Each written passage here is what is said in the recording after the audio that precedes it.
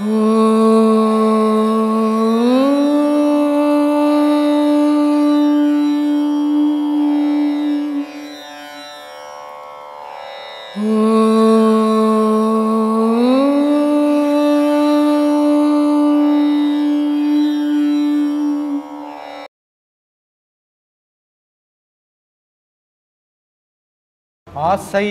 பற்று, அகங்காரம், இந்த மூன்றுக்கும் இடையில் உள்ள வேறுபாடு என்ன சுவாமி?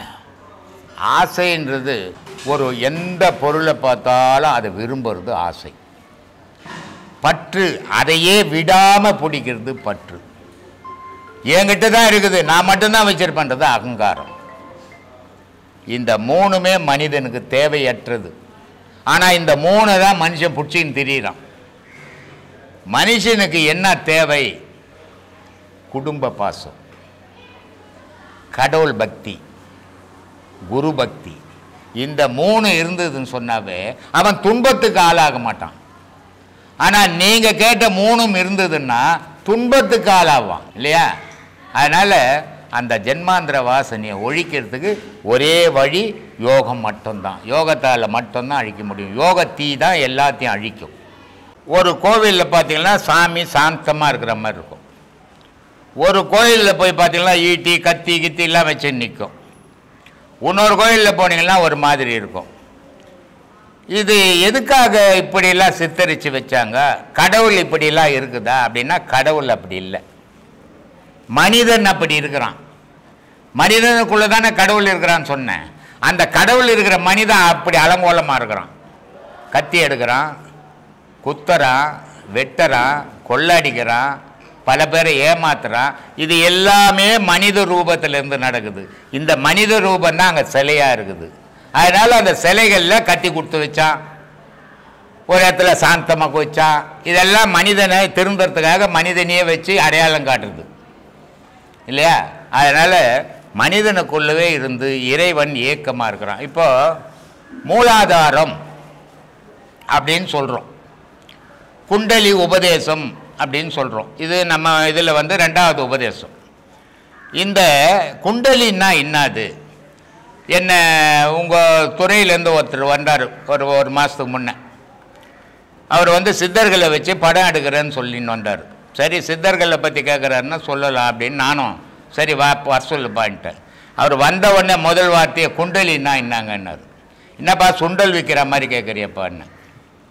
ஏன்னா குண்டலின்றது வாயால் சொல்லி எடுத்து காட்டி செய்யறதில்லை, அனுபவ ரீதி அனுபவம் வைக்கிறது.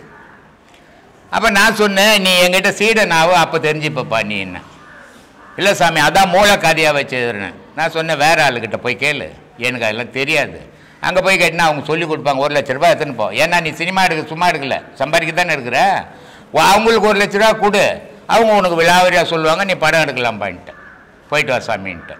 ஏன்னா இந்த குண்டலின்றது உடலில் என்னவாகுதுன்னா உஷ்ணமாக இருக்குது, நெருப்பாக இருக்குது. அதனால தான் அம்மன் கோயிலுங்களெல்லாம் பூமியில் நெருப்பு மெரிப்பாங்க. பெரிய பெரிய கோயில், சிவன் கோயிலில் நெருப்பு மெரிச்சு பார்த்துக்கிறீங்களா? முருகன் கோயிலில் நெருப்பு மெரிக்கிறாங்களா? பெருமாள் கோயிலில் நெருப்பு அம்மன் கோயிலில் ஏன் நெருப்பு மெரிக்கிறாங்க? அம்பாள் தான் பூமியாக இருக்கிற, அம்பாள் தான் அக்னியாக இருக்கிறா. அதனால் இந்த உடல் என்றது பூமி, மண் தத்துவம் தானே இது. அப்போ இந்த பூமிக்குள்ளே எப்படி இருக்கிறான்னா நெருப்பாக இருக்கிறான். அந்த நெருப்பு இல்லைன்னா நீ செத்து போயிடுவேன். அதே நேரத்தில் மகாவிஷ்ணு என்னவாகிறாருன்னா காற்று வடிவில் இருக்கிறாரு. அதனால்தான் திருப்பாக்கடலில் பாம்பு மேலே மகாவிஷ்ணு பத்துங்கிற மாதிரி போட்டோ இருக்கும் இல்லையா? அந்த மகாவிஷ்ணு பத்துங்கிற பாம்பு எதுனா உன் குடல் தான்.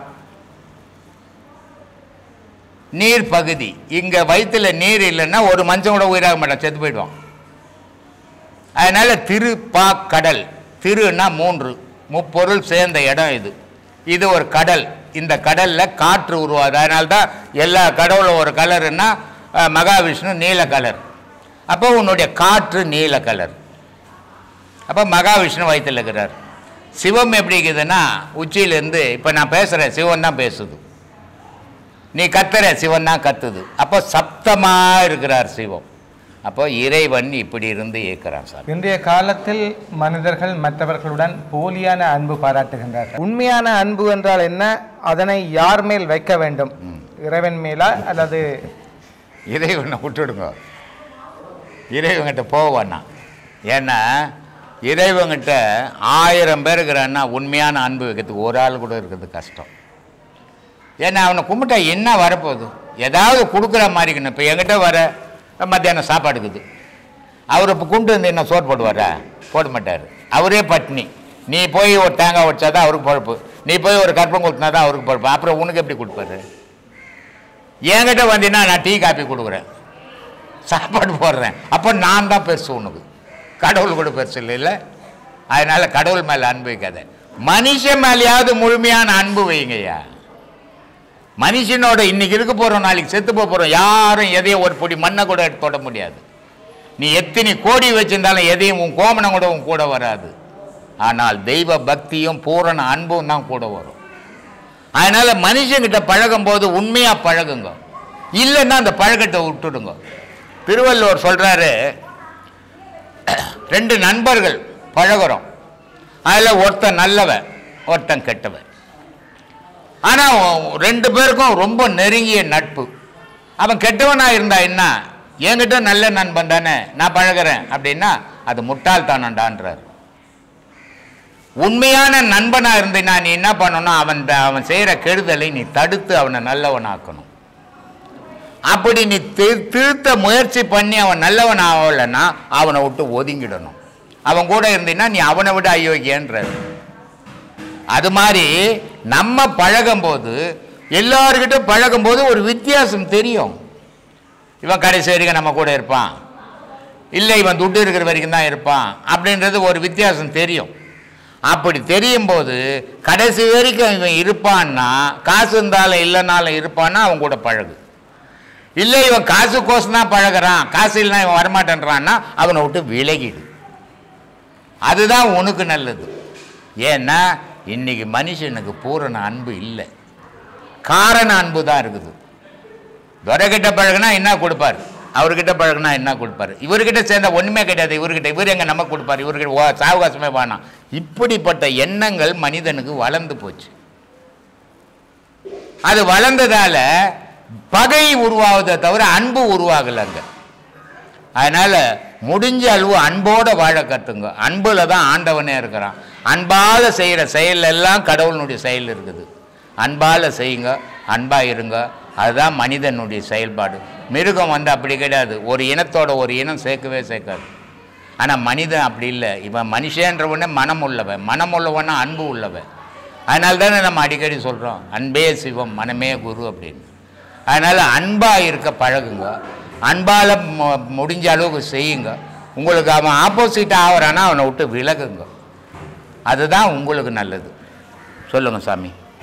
சுவாமி, ஜென்மாந்திர வாசனை என்றால் என்ன, அதனை விட்டு நீங்குவதற்கு நாம் என்ன செய்ய வேண்டும்? அதுக்கு தான் யோகம் செய்யணும்னு சொன்னேன். ஜென்மாந்திர யோகம் வாசனை அப்படின்னா தாயினுடைய பாவம், தகப்பனுடைய பாவம், தாத்தாவினுடைய பாவம், பாட்டியினுடைய பாவம், நான் செய்த பாவம், இது எல்லாம் ஜென்மமாக என் கூட தொடர்ந்து வருது. இது ஜென்மாந்திர வாசனை அப்படின்னு சொல்கிறோம். இந்த ஜென்மாந்திர வாசனையை அழிக்கணும்னா என்ன பண்ணால் யோக பயிற்சி பண்ணணும்.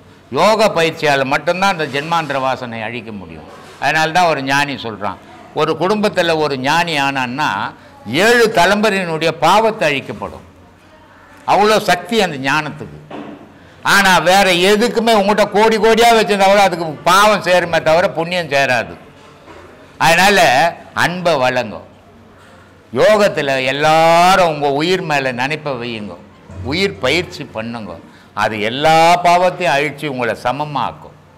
சுவாமி, நீங்கள் சொன்னீங்க பிரிச்சிடுறாங்க, வேறு வேறு ஜாதிகளாக பிரிச்சிடுறாங்க, தீண்டாமையை கடைபிடிச்சாங்கன்னு. சரி, சைவம் சாப்பிட்டு கொண்டு இருந்தவங்க தான் ஸ்மார்த்தர்கள் அப்படிங்கிறவங்க தான் சதுர்வர்ணம் அப்படிங்கிற பேர்ல 4 பிரிவா மனுஷங்களை பிரிச்சாங்க.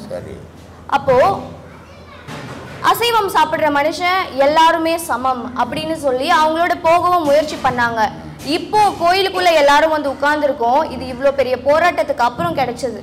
அப்போ சைவம் சாப்பிட்றது முக்கியமா, மனசுல எல்லாரையும் சமமா நினைக்கிறது முக்கியமா? மனுஷன் மார்க்கெட்டுக்கு போறீங்கல்ல, மார்க்கெட்டுக்கு ஒரு 4 பொம்பளைங்க ஒன்றா சேர்ந்து போகிறீங்க. மார்க்கெட்டில் போனால் 4 பொம்பளையும் கத்திரிக்காவே வாங்குறீங்களா? ஒரு பொம்பளை கத்திரிக்காய் வாங்குறீங்க, ஒரு பொம்பளை முருங்காய் வாங்குது, ஒரு பொம்பளை வாழைக்காய் வாங்குது. இதுக்கு என்ன காரணம்? பொம்பளை எல்லாரும் ஒரு பொருள் தானே வாங்கணும். ஏன் வாங்கல? உன் மனசுக்கு எது பொருள் பிடிக்குதோ அந்த பொருளை நீ வாங்கின. அதே மாதிரி அவன் மனசுக்கு எது பிடிச்சதோ அதை சாப்பிட்றான்.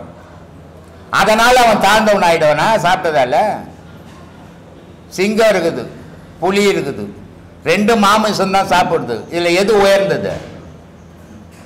எதுமா உயர்ந்தது? மான் இருக்குது, ஒரு புல்லு தான் சாப்பிடும். எது உயர்ந்தது? அது அதனுடைய ஆகாரத்துக்கு, அது அதனுடைய மனசுக்கு பிடிச்சதை சாப்பிடுது. அதனால 4 வர்ணம் பண்றது தப்பு தான். மனுஷன் ஒருத்தன் தான் உலகத்துல. அந்த ஒரு மனிதனை பார்க்கும்போது தான் சமத்துவம் வரும். இந்த 4 பாகமா பிரிக்கும் போது தான் அந்த சமத்துவம் அங்க அழிஞ்சு போகுது. இப்போ ஜாதியை பத்தி பேசுறாங்க. நான் ஜாதி மாற்றம் ஆயிட்டேன். எங்க ஒரு மொயிலார் வீட்டு பையன் ஒரு நாயுடு வீட்டு பொண்ணேட்டு போனான்னா அது மொயிலார் பொண்ணா மாறி போகுது. ஒரு எஸ்சி பையன் ஒரு நாயகர் பொண்ணு எட்டுன்னு போட்டான்னா அது எஸ்சி பொண்ணு ஆகி போகுது. எங்க போச்சு ஜாதி? ஏதோ ஒரு இடத்துல இருந்துக்குன்னு தானே இருக்குது. ஜாதி அழிக்க ஒரு கொம்பனால இங்க முடியாது.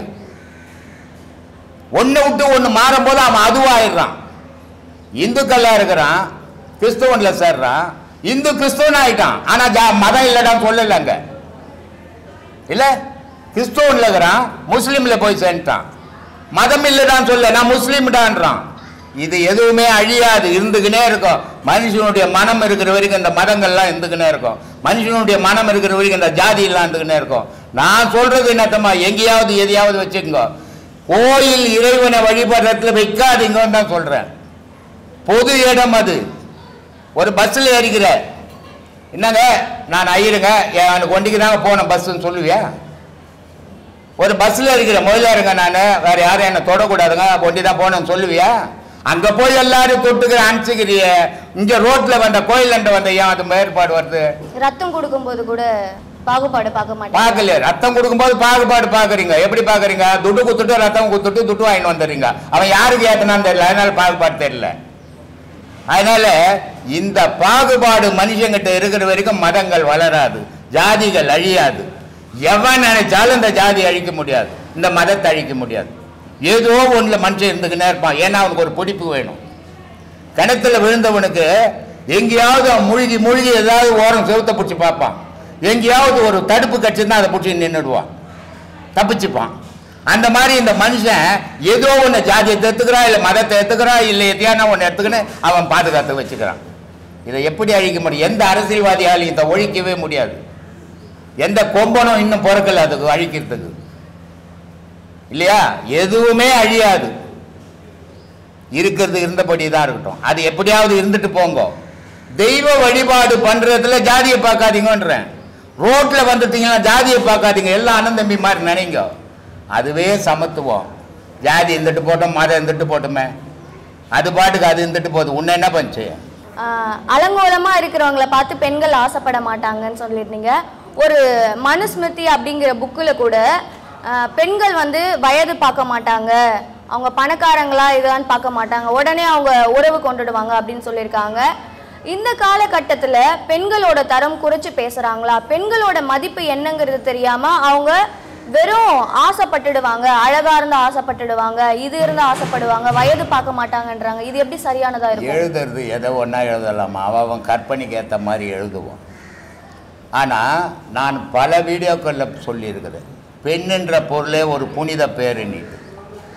பெண்ணுன்றதே ஒரு புனிதமானதுன்றது. ஏன்னா பெண்ணுக்கு மட்டும்தான் உத்தமி, பத்தினி, கற்புக்கரசி, கண்ணகி, இதெல்லாம் பெண்களுக்கு மட்டும்தான். எந்த ஆணுக்காவது இருக்குதா? இருக்குதாம்மா? அப்போ இது ஆண்கள் தான் வடிவமைச்சதா இருக்கும்ல? ஆண்களே வடிவமைக்கிட்டம்மா. யாரை உயர்த்திக்கிறான்? அவனையா உயர்த்திக்கிறான்? பெண்களை உயர்த்தி பேசியிருக்கிறான். அது இன்னைக்கு இல்லை, வள்ளுவங்காலத்திலேருந்து பெண்களை முக்கியத்துவம் கொடுத்து தான் பேசியிருக்கிறான். நான் பல வீடியோக்களில் சொல்லிக்கிறேன், ஒரு பெண்ணுன்றது உலகத்தில் இல்லைன்னா ஒரு வம்சம்ன்றதே இருக்காது. ஏன்னா ஒரு நண்பர் வந்தார் என்கிட்ட, ஒரு சீடர். அவர், நான் மேலே கிளாஸ் நடக்குது, 3வது அடுக்கில் கிளாஸ் நடக்குது. அவர் கீழே வந்து கேட்குறாரு, என்ன மேலே கேட்குது எனக்கு, சாமி ஆண்கள்லாம் சீக்கிரம் செத்து போகிறான், பெண்கள்லாம் ரொம்ப நாள் இருக்கிறாங்களே என்னத்துக்கு சாமின்னு கேட்குறாரு. கீழே வந்து கேட்குட்டுன்னு வர்றாரு. நான் மேலே கிளாஸ் நடந்துங்குது, எனக்கு காதில் கேட்குதாண்ணா. நான் சொன்னேன் ஆண்கள்லாம் கொடுக்குறான்பா, பெண்கள்லாம் வாங்குறான்பான்னு. ஏன்னா ஆணுன்ற பொருள் பெண்ணுக்கிட்ட கொடுத்தே ஆகணும். அவனுடைய அப்பம் கொடுத்ததால் தான் இவன் அவங்க அம்மா கிட்டேருந்து வெளியே வந்தான், இல்லைன்னா வர முடியாது. அப்போ ஆணுன்ற அத்தனை வர்க்கமும் பெண்ணுக்கு அடிமை தான், பெண்ணுக்கிட்ட கொடுத்து தான் ஆகணும். அந்த பெண்ணுக்கிட்ட கொடுத்தாதான் அவள் பாதுகாத்து அதை முழுமையாக்கி கொடுப்பாள். அதனால பெண்ணுன்ற இதை வந்து உயர்த்தி பேசினாங்க. ஆனால் சில பெண்கள் தவறாக நடக்கிறதால இது மாதிரிலாம் தரம் தெரியாமல் போயிட்டு, ஒரு நுங்கம்பாத்தில் ஒரு பொண்ணை கிருஷ்ணாடி ஊற்றி கொலை பண்ணான். எதுக்கு பண்ணான்? ஏன் அதை பொண்ணை பண்ணணும்? இவ தரம் தெரியாத அவங்ககிட்ட போனதால் தானே. இந்த மாதிரி சின்ன சின்ன சம்பவங்கள் நடக்கும். அதை வச்சு எல்லா பெண்களும் தவறுன்னு சொல்ல முடியாது. இந்த பெண் வம்சம்னு ஒன்று இல்லைன்னா உலகம்ன்றதே ஒன்று இல்லைம்மா. அவ்வளோ புனிதமான பிறப்பு பெண் பிறப்பு. எத்தனை ஆண் சேர்ந்தாலும் ஒரு உருவத்தை உருவாக்க முடியாது. ஒரு பெண் இருந்தால் தான் இந்த உலகமே நிற்கும். அதனால்தான் இந்த பூமியில் மகாவிஷ்ணு, சிவம் இதையெல்லாம் கூட அப்பாற்பட்டது தான். ஆனால் சக்திக்கு தான் இங்கே முக்கியத்துவம். வடநாடாக இருந்தாலும் சரி, தென்னாடாக இருந்தாலும் சரி. ஏன்? பெண் தான் முக்கியம் இந்த உலகத்தில். பெண் இல்லைன்னா உலகம்னே ஒன்று இல்லை. பெண் தான் உடல், சிவன் தான், ஆண் தான் உயிர். இது ரெண்டும் இயங்குனா தான் உலகம், இந்த ரெண்டும் இயங்குனா தான் உடல். அதனால் பெண்ணை வந்து எவனோ ஒருத்தன் எழுதி இழிவுபடுத்தினான்றதுக்காக எல்லா பெண்களும் இழிவானவன் பேசுறது பெரிய தவறு. அது பெண்கள் என்றது உயர்ந்த பொருள். அது அதை புனிதமாக பாதுகாக்க வேண்டியது. அப்படிப்பட்ட பொருளை நம்ம காசுக்காக இழிவா எழுதுறதால அதை நம்ம எடுத்துக்க கூடாது. சொல்லு. நன்றி சாமி. ராகவேந்திரா சாமி அவர்கள்கிட்ட ஒருத்தவங்க எதை அடக்கினால் நன்மை வரும்னு ஒரு கேள்வி கேட்குறாங்க. காமத்தை அடக்கினால் நன்மை வரும்னு அவர் பதில் சொல்லியிருப்பாங்க. காமத்தை அடக்குவதனால் என்ன பலன் இருக்கு? இளைஞர்களுக்கும் உடலுக்கு நன்மை இருக்குது. காமத்தை எவனாலையும் அடக்க முடியாது. ராகவேந்திரா சொல்லியிருக்கட்டும், வள்ளுவர் சொல்லிக்கிட்டோம், யார் ஒன்றா சொல்லியிருக்கட்டும், காமத்தை எவனாலையுமே அடக்க முடியாது. முதல்ல அவன் மனசு அடங்கினா தான் காமம் அடங்கும். காமத்துக்கு அடிப்படையே மனசு தான். இப்போ நான் இங்கே உட்காந்துன்னு இருக்கிறேன், ஒரு பொம்பளை அந்த ரோட்டில் போகிறா, என் காமம் சொல்லுதா அந்த பொண்ணு நல்லா இருக்குது, அந்த பொம்பளை நல்லா இருக்கிறான்னு சொல்லுதா, என் மனசு சொல்லுதா? சொல்லுமா? மனசு தான் சொல்லுது. அப்போ இந்த மனம் அந்த பொண்ணு நல்லா இருக்குதுன்னு சொல்லுனா எனக்கு காமன்றத ஒண்ணு இல்லை. அடிப்படை மனசு. மனசாலதான் ஒவ்வொரு நல்ல செயலும் கெட்ட செயலும். காமம் ஏற்படுறது மனசால ஏற்படுறது தான் காமம். மனசுன்னு ஒண்ணு இல்லைன்னா காமம்னு ஒண்ணு இல்லை. ஞானிகளுக்கு மனசு இல்லை, காமம் இல்லை. அஞ்ஞானிக்கு மனசு இருக்குது, அதனால காமம் இருக்குது. அஞ்ஞானி வேற, மெஞ்ஞானி வேற. அதனால மனசு இருந்தால் தான் காமம் அடங்குமே தவிர மனசால தான் அடங்க முடியும். காமத்தால் ஒரு பயனும் கிடையாது. சேர்த்து வச்சுக்கணும். நீ உனக்குன்னு உன் பொண்டாட்டிக்கு தெரியாது, நீ ஒரு பேங்க்கில் போட்டு வச்சுக்கணும்.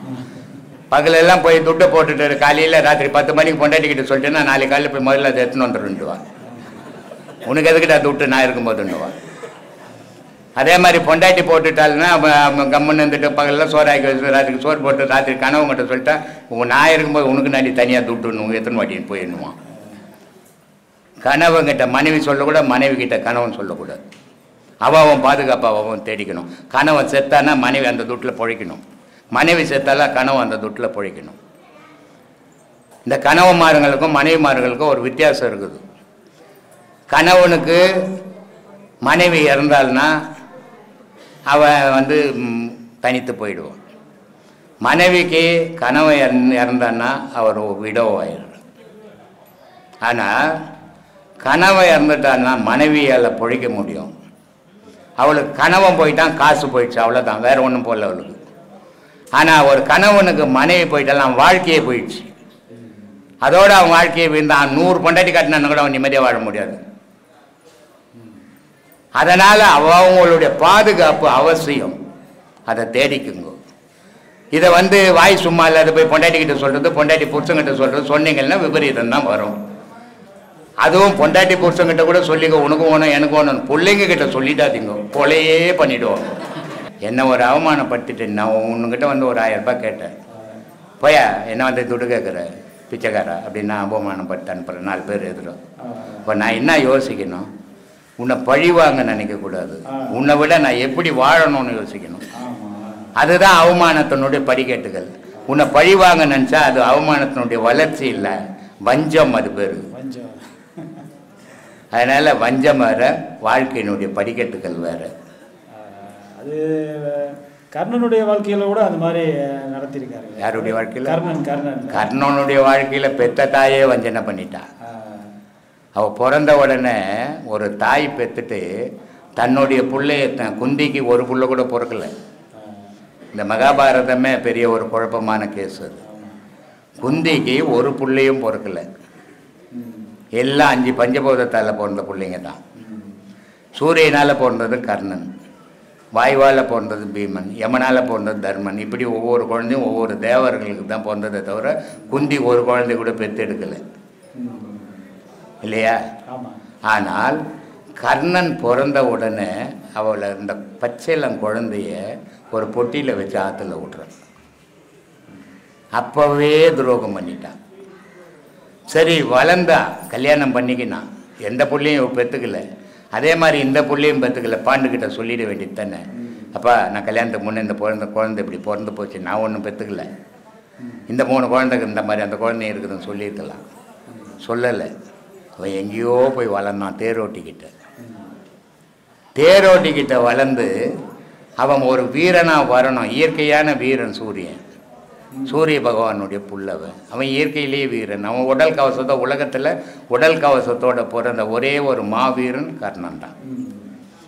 அந்த உடல் கவசத்தை எந்த வில்லோ எந்த அம்போ எந்த இதுவோ அழிக்கவே முடியாது. ஆனால் அப்படிப்பட்ட பாதுகாப்பு உள்ள பொருளை கூட அவன் தானம் பண்ண மாதிரி உலகத்தில் யாரும் தானம் பண்ணல. துரோணர்கிட்ட போய் கேட்குறான், இந்த மாதிரி நான் கலையை கற்றுக்கணுன்றான. துரோணர் மாதிரி ஒரு துரோகி யாருமே கிடையாது, எல்லாரும் துரோணரை பாராட்டுவாங்க. இது கதையாக மட்டும் பார்க்கக்கூடாது, நிஜத்தையும் அதில் பார்க்கணும்.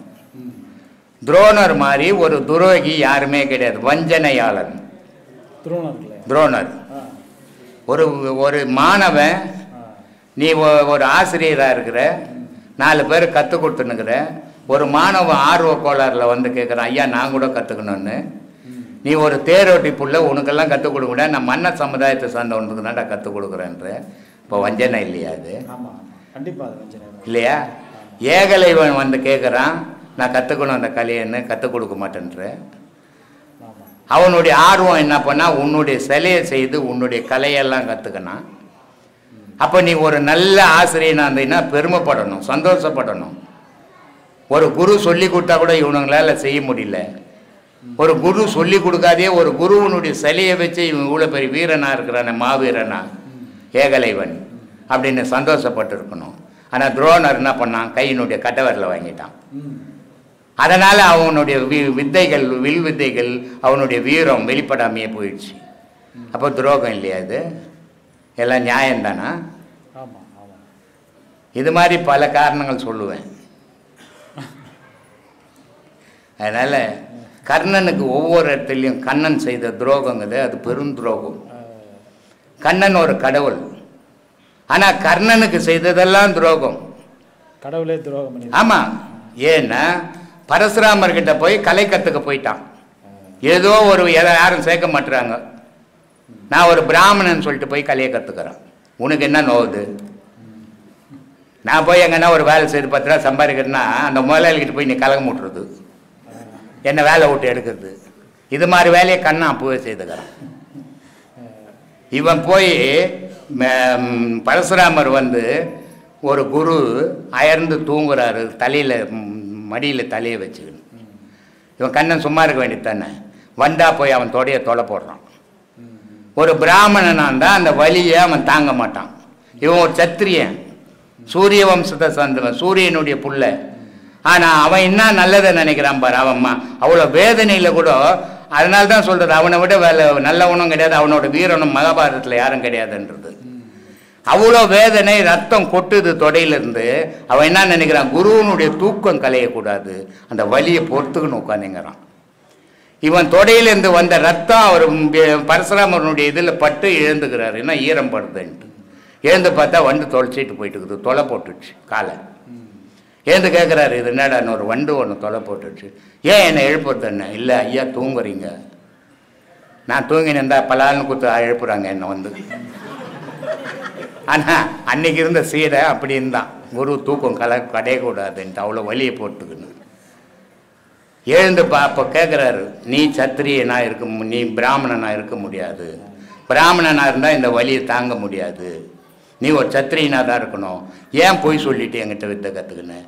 ஐயா நான் இது மாதிரிலாம் போனேன், கிடைக்கல, அதனால் ஒரு போய் சொன்னேன். நீ எல்லாம் செய்வ, உனக்கு தேவைப்பட வேண்டிய நேரத்தில் இந்த கலை உனக்கு ஞாபகம் வராதப்படான்னு சாபம் கொடுத்துட்றான். அப்போ கண்ணன் செய்த வேலை தானே இது, அப்போ துரோகம் தானே இது. இப்படி ஒவ்வொருத்தனா துரோகம் பண்ணாங்க அவனுக்கு. போர்க்களத்தில் நடக்குது. பீஷ்மர், துரோணர் இவங்கெல்லாம் ஒரு மன்னர் வம்சத்தை துரியோதனை வச்சுன்னு சண்டை போடுறான். பெரிய போர்க்களத்தை வச்சுக்கணும், சப்போர்ட்டு வச்சுக்கணும். கர்ணன் தனித்து சண்டை போடுறான். இந்த பக்கம் 5 பஞ்சபாண்டவர்கள் கண்ணனை வச்சுக்கணும் சண்டை போடுறான். கண்ணன் இல்லைன்னா பஞ்சபாண்டவர் தலை பறந்து போயிடும் கர்ணங்கிட்ட, இல்லையா? ஒவ்வொரு நேரத்திலையும் அவன் வாழ்க்கையை 6 முறை அவனை கொள்றாங்க. கடைசியில் போர்க்களத்தில் கூட நின்று 2 வீரன் சண்டை போடலை. கண்ணா என்ன பண்ணுறான், இப்படி போட்டா அப்படி போட்டா அப்படி போட்டான்னு இவன் தேரை ஓட்டி ஓட்டி ஓட்டி அது பள்ளத்தில் இறங்குற வரைக்கும் ஓட்டின்னு போகிறான். ஏன்னா சிவதனுசு கர்ணன் கையில் இருந்தது. அந்த சிவதனுசு அவன் கையில் இருக்கிற வரைக்கும் கண்ணனே அடிச்சா கூட அவனுக்கு மரணம் கிடையாது. அதனால் அந்த சிவதனுசு அவன் கையில் இருக்கிற வரைக்கும் இந்த அர்ஜுனால அவன் அடிக்க முடியாது. அப்போ சிவதனுசை வைக்கணும், அவன் கீழே வைக்கணும்னா அவனுக்கு ஏதாவது ஒரு பிரச்சனை வரணும். அதனால தேர் இப்படியும் அப்படியும் இப்படியும் அப்படியும் ஓட்டி அந்த தேர் ஒரு பள்ளத்தில் இறங்கி போச்சு. அவன் சண்டை போடும்போது சொல்கிறான், நாகாஸ்திரம் விட்றடா சல்லியன்னு சொல்கிறான். நாகாஸ்திரம் விட்ற, அதை வந்து மாருக்கு நேராக விடு அப்படின்றான். கர்ணன் சொல்கிறான், நீ ஒரு தேர் ஓட்டி எனக்கு ஐடியா கொடுக்காத அப்படின்ட்டு நெத்திக்கு நேராக விடுறான். கண்ணன் என்ன பண்ணாங்க, தலை பறந்து போயிருக்கான் அர்ஜுனுக்கு. கண்ணன் தேரை பூமியில் அமுக்கணும், அதனால் அவன் கிரீடத்தை பிச்சின்னு போயிடுச்சு அது. ஆனால் அந்த நாகாஸ்திரத்தை நாகாஸ்திரம் கேட்குது, மறுபடியும் விடு, அவன் எந்த பாதாள லோகத்தில் அவனை எடுத்துன்னு வரேன்ட்டு. ஆனால் இவங்க அம்மாவை அமைச்ச சத்தியம் வாங்குறான், ஒரு முறை தான் விடணும், 2வது முறை விட்டவன் பிள்ளைங்களாம் காலி. ஏன்னா கர்ணனுடைய அம்புக்கு தப்ப முடியாது எவனும். அந்த அர்ஜுனன் பீமெல்லாம் சும்மா டம்மி பே கேஸ், அது பேர் எதுக்குன்னு கேஸ், அது வீரன் கிடையாது. வீரன்னா இவன் தான் வீரன். அப்போ அந்த தேர் இறங்கணும்னு அவன் சல்லியன் சொன்னானே, அவன் பேச்சை கேட்கலன்றதுக்காக அவன் சொல்றான், தேர் ஓட்டுறதான் என் வேலை, சக்கரம் தூக்குறது என் வேலை இல்லைன்றான்.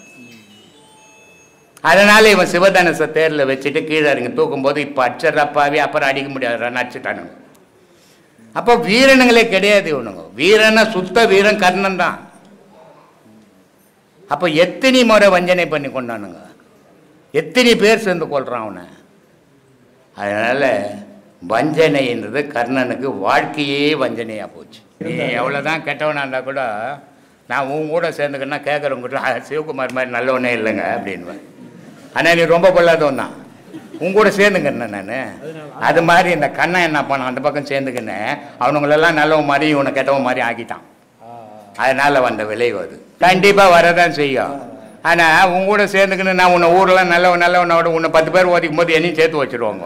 அதான் நடந்ததுங்க. 5 வயசு நான் படிக்கிற வயசு, எல்லா குழந்தைங்களும் ஸ்கூலுக்கு போக வேண்டிய வயசு. 5 வயசில் எங்கள் அப்பாவுக்கும் எங்கள் அம்மாவுக்கும் சண்டை. எங்கள் அம்மா அவங்க 2 பிள்ளைங்களை இட்டுனா அவங்க அம்மா வீட்டுக்கு போயிட்டாங்க. எங்கள் அப்பா என்ன இட்டுக்குன்னா அவங்க அக்கா வீட்டுக்கு போயிட்டார். 5 வயசில் போய் அவர் உடம்பு சரியில்லாதவர். 5 வயசில் போய் மாடு மேய்க்க விட்டுட்டாங்க. அந்த 5 வயசில் மாடு மேய்க்கணும், அறுப்பு அறுக்கணும், செமாடிக்கணும், மாட்டு வண்டி சவுக்கட்டை ஏற்றிக்கணும், மாட்டு வண்டி ஓட்டணும். இவ்வளவும் 5 வயசுலேருந்து 12 வயசு வரைக்கும் வேலை செய்கிறேன். ஏன்னா எனக்கும் சோறு போடணும், எங்கள் அப்பாவுக்கும் சோறு போடணும். அந்த படிக்கிற வாய்ப்பு இல்லாமல் போயிடுச்சு எனக்கு. ஆனால் 12 வயசில் வந்தேன், இட்டுன்னு போனாங்க. அதுக்கப்புறம் டெய்லர் வேலையில் விட்டாங்க. டெய்லர் வேலை செய்துக்கினே இருந்தேன். கல்யாணம் காசு ஆகிப்போச்சு. ஆனால் எவ்வளோ சம்பாதிச்சாலும் கையில் வச்சுக்கிறது இல்லை நான். ஏன்னா இந்த காசுன்னா எனக்கு கொஞ்சம் பயம். ஆமாம், ஏன்னா அது வந்ததுன்னா தூக்கி தூரம் போட்டுருவேன். வரும் தேவை, ஆனால் அதை என் கையில் வச்சுக்கிறது இல்லை, அதை தூரம் போட்டுருவேன். ஏன்னா ஆபத்தானதுன்னு தெரியும்னு. அசிங்கப்பட்டிடும், அழகுப்பட்டிடும். ஒன்றுது உதவாதவனை காசு வச்சிருந்தேன்னா உன்ன மாதிரி உத்தமனே உலகத்தில் இல்லைடானுவான். உத்தமனாக இருந்து காசு இல்லைனா உன்ன மாதிரி அயோகினே இல்லைடானுவான். அவ்வளோ நல்ல பேர் வாங்கி கொடுக்குறது. அதனால் அதுக்கிட்ட கொஞ்சம் ஜாக்கிரதை தேவை இருக்கிறது. நான் அது அன்னிலேருந்து இன்றைக்கி வரைக்கும் அப்படி வாழும்போது டெய்லர் வேலைக்கு விட்டாங்க. யோசிக்கிறேன், நமக்கு கல்யாணம் ஆகி போச்சு, சொத்து சுகம் இல்லை, எவ்வளோ தான் சம்பாதிச்சா கூட நல்ல வருமானம் தான் கடையில், ஆனால் சாயந்தரமான காலி, கூட்டம் கூட்டிட்டோம். அப்போ நாளைக்கு திடீர்னு ஏதோ ஒரு விபத்து ஏதோ ஒன்று நம்ம ஆகிட்டோம்னா பொண்டாட்டி புள்ளிக்கிட்டு நடு ரோட்டில் நின்றுடுமே. அப்போ அதுங்க வாழ்க்கை எப்படி வாழும் அப்படின்னு யோசித்தேன். இந்த வேலை இருக்கக்கூடாது, ரயில்வே வேலைக்கு போகணும், ரயில்வேக்கு வேலைக்கு போகணும். ஒரு 6 மாதம் அங்கே செய்தேன். அது சேர்ந்தப்போ என்ன கிரேடோ ரிட்டையர்டு வரைக்கும் அந்த கிரேடு அப்போது. அதுக்கப்புறம் அதிலேருந்து நின்னேன். ஐசிஎஃப்க்கு போகணும், புது ஃபேக்ட்ரி ஐசிஎஃப்க்கு போனேன். 40 வருஷம் வேலை செய்தேன். இன்றைக்கி 75 வயசு ஆயிடுச்சு. 5 வயசு ஊட்ட விட்டு போனவன் இன்றைக்கி வரைக்கும் பெத்த புள்ள வீட்டில் இன்னும் தண்ணி குடிக்கல. நான் பெத்த பொண்ணு வீட்டில் போய் ஒரு வேலை சாப்பிட்டதில்லை. நான் எந்த சொந்தக்கார வீட்டில் கல்யாணத்துக்கு போனால் கூட அந்த மொழி ஏதோ சொல்லி கல்யாணத்தில் கூட நான் எப்போவுமே சாப்பிட மாட்டேன். யார் கல்யாணத்தில் சாப்பிட மாட்டேன். அப்போது இன்றைக்கி வரைக்கும் நான் சுயம்பவகாரம், ஆனால் ஏழையாக தான் வாழறேன். எனக்கு அதை பற்றி கவலை இல்லை. நான் ஏழையாக வாழ்ந்தாலும் பரவாயில்ல, எனக்குள்ளே ஒரு சந்தோஷங்குது. தனித்தே நான் வாழறேன். யார் பொண்டாட்டி தெய்வலையோ, புள்ள தெய்வலையோ, அம்மா தெய்வலையோ, அப்பா தெய்வலையோ, மாமியார் வீட்டு தெய்வலையோ வாழலை. 5 வயசில் என் வாழ்க்கை துவங்குது. இன்றைக்கி 75 வயசு வரைக்கும் சுயமாக வாழ்ந்துக்கிறேன். ஆனால் சந்தோஷமாக வாழ்ந்துன்னுக்கிறேன். இதில் எந்த துக்கமும் இல்லை.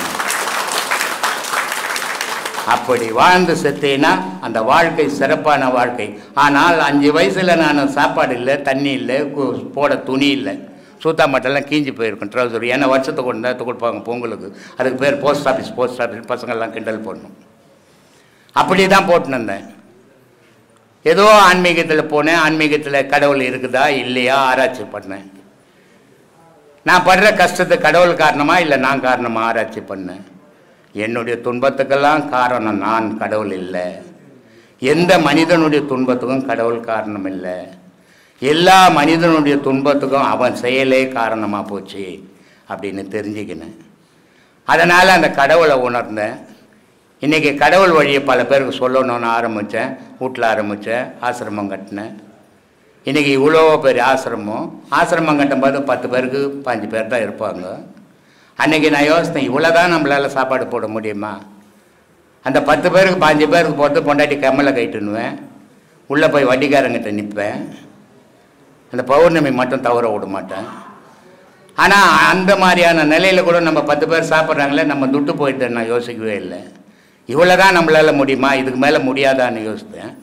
ஆனால் இன்றைக்கி பௌர்ணமி 2000 பேர் சாப்பிட்றான் 3 நாளில். இது ஒரு சந்தோஷம் இல்லையா? ஒரு பிடி சோறு இல்லாத தவிச்சு 2000 பேருக்கு சோறு போடக்கூடிய சக்தி வந்ததை கடவுள் தந்தது இல்லையா? இது சுயமான வாழ்வு இல்லையா? இந்த வாழ்வுள்ள சந்தோஷம் இல்லையா? எத்தனை கோடி இருந்தால் அந்த சந்தோஷம் கிடைக்கும்? நீ எத்தனை கோடி வச்சுருந்தா இவ்வளோ ஜனங்க வந்து உட்காருவாங்க உங்கள்கிட்ட? எத்தனை கோடி வச்சுருந்தா 14 கோடி பேர் என் வீடியோவை பார்க்குறான். 1ஆம் கிளாஸ் கூட கிடையாது. கை நாட்டு இன்றைக்கி தமிழ்நாட்டிலேருந்து இந்தியாவிலேருந்து வீடியோவில் பேசுகிறவங்களாம் கிராஜுவேட்டுங்க, எல்லாம் படிச்சுவோங்க. நான் 1ஆம் கிளாஸ் கூட படிக்காத நானும் ஒரு பக்கம் நிற்கிறேன். இது கடவுள் தந்த பிச்சை இல்லையா? அப்போ என்னுடைய வாழ்க்கையில் கடவுளுக்கு நன்றி சொல்ல வேணவா? அதை தான் சொல்லி நிற்கிறேன் சாமி.